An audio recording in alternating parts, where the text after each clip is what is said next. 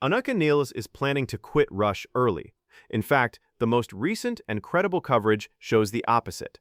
She is actively performing with Rush on their 50-something tour and has been widely praised for her role. Here's what is confirmed from reputable sources. Rush officially returned with Anika Nilles as their touring drummer after more than a decade away from live performance. Music Radar, she was selected after an extended audition process where Geddy Lee and Alex Lifeson were initially uncertain, but later fully committed to her as the right fit. Guitar World, her live debut performances were met with strong audience reactions and positive reviews from fans and fellow musicians. Louder. The tour is described as a major multi-leg event running into 2027, with no official announcements of lineup changes or departures. Louder. So right now, the quit early idea appears to be rumor or speculation without evidence, not something supported by official statements or trusted reporting. That said, I can still help you with your script, but I need to adjust one important thing. To keep your content strong and credible for a US audience, we should frame this as a rumor-driven suspense story, social media speculation about whether she might leave, rather than stating it as something that is actually happening. If you want, I'll write Batch 1 as a dramatic, documentary-style intro, focused on online rumors plus fan reactions, grounded in verified facts about her current role in Rush. The moment Rush announced their return with Anika Nilles on drums, everything changed for her overnight. What was once a respected but relatively low-profile career as a German fusion drummer suddenly turned into one of the most intense spotlight situations in modern rock. Fans weren't just excited, they were divided, emotional, and extremely protective of Rush's legacy. Online discussions exploded. Some fans called her a perfect fit, pointing to her precision, her complex technique, and her experience playing demanding progressive music. Others were more cautious, wondering how anyone could possibly step into a role once defined by Neil Peart's legendary presence. Behind the scenes, though, the reality was much less dramatic than the internet speculation.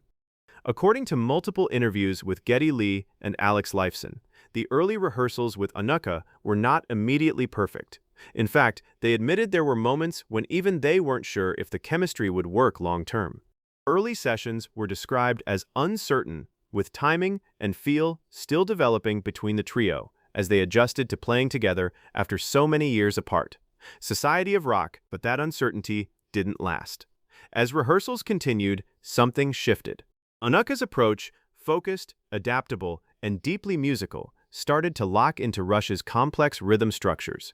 Instead of trying to imitate Neil Peart, she brought her own interpretation while still respecting the architecture of the original songs. That balance became the turning point. Geddy Lee later explained that once they reached the final days of rehearsal, the decision became much clearer. The hesitation faded, replaced by confidence that she could handle not just the technical demands, but the emotional weight of the music. Beji, Onwait of Ginkor, Umbiliao, and that's when the story inside Rush started to quietly change.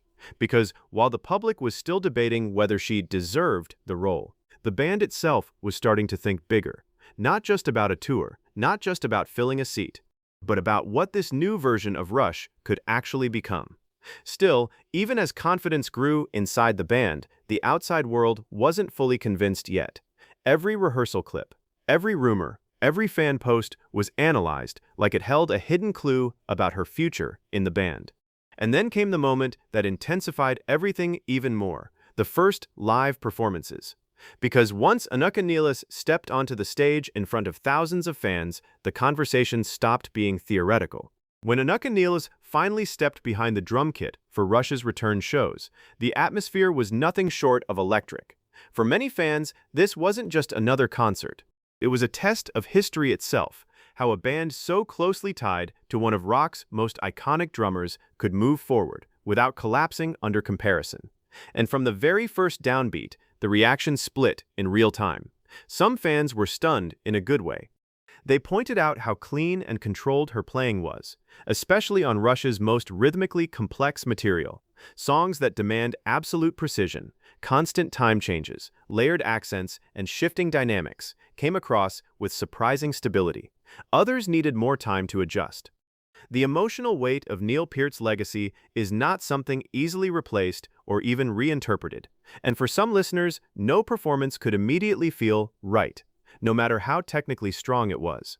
But inside the band, the response was very different from the online noise.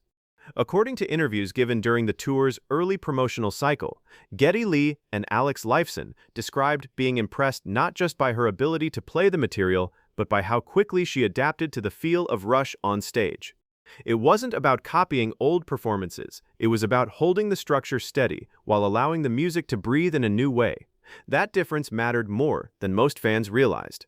Because Rush music isn't just difficult, it's layered with emotional timing. Small shifts in groove can change the entire identity of a song, and Anika's role wasn't simply to keep up. It was to anchor everything while two veteran musicians rediscovered their own stage chemistry after years away. Still, as the tour gained momentum, a new kind of conversation began forming online. Not about her playing anymore, but about pressure, about fatigue, about whether stepping into such a high expectation role could eventually become overwhelming. And that's where the first whispers began. Small comments on forums, speculative posts on social media, videos dissecting her performance energy from night to night. Nothing official, nothing confirmed, but enough to start a narrative. A narrative suggesting that maybe, just maybe, the pressure of joining Rush wasn't just musical, it was personal. And as the tour schedule tightened, fans began to ask a question that no one in the band was publicly addressing yet. If there's one thing every Rush fan agrees on, it's this: nobody can replace Neil Peart. Not because there aren't great drummers in the world. There are plenty. The problem is that Neil wasn't simply a drummer. He was a songwriter, lyricist, arranger, author, and one of the most influential musicians in rock history. For decades, his work helped define Rush's identity. That legacy creates an unusual challenge for anyone who steps behind the drum kit.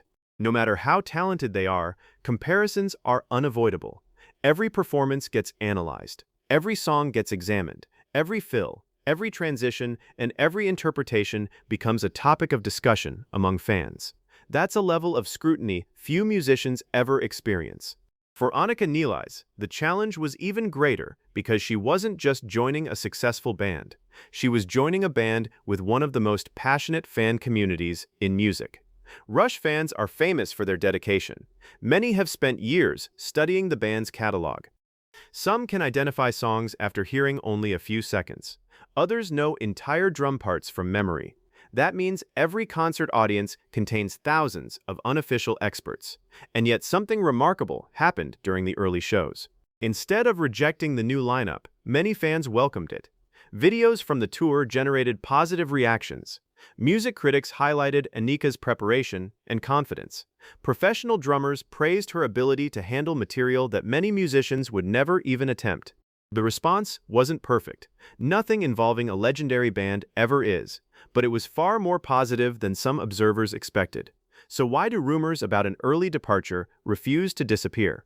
One reason may be the simple fact that Rush itself remains an unusual situation. This isn't a typical band launching its first album. This is a group returning after years of uncertainty. Every move feels historic. Every announcement becomes news. Every unexpected development sparks speculation. By this point, it's easy to see why the rumor gained attention. Rush is one of the most respected bands in rock history. Anika Nilles stepped into one of the most challenging musical roles imaginable, and fans naturally wonder what the future holds. But when we separate emotion from evidence, a very different picture begins to emerge. Let's look at the facts. Since being announced as Rush's touring drummer, Anika has consistently spoken about the opportunity with enthusiasm and respect. Public appearances, interviews, and performances have shown a musician fully committed to the challenge in front of her. Geddy Lee and Alex Lifeson have also been remarkably supportive. They didn't present Anika as a temporary experiment. They presented her as the drummer they trusted to help bring Rush's music back to the stage. That distinction matters, because trust is something Rush has never handed out casually. Throughout their career, the band built a reputation for careful decisions and long-term relationships. When they choose someone to stand beside them in front of thousands of fans, that choice carries weight. Then there is the reaction from the broader music community. Professional drummers have repeatedly praised Anika's work on the tour. Many pointed out not only her technical skill, but also her ability to respect Neil Peart's legacy without trying to become a copy of him. That balance is incredibly difficult. Play the parts too differently, and some fans become frustrated. Play them too exactly, and critics may accuse you of imitation. Anika has largely managed to navigate that impossible middle ground, which brings us back to the central question. Could she leave the tour early?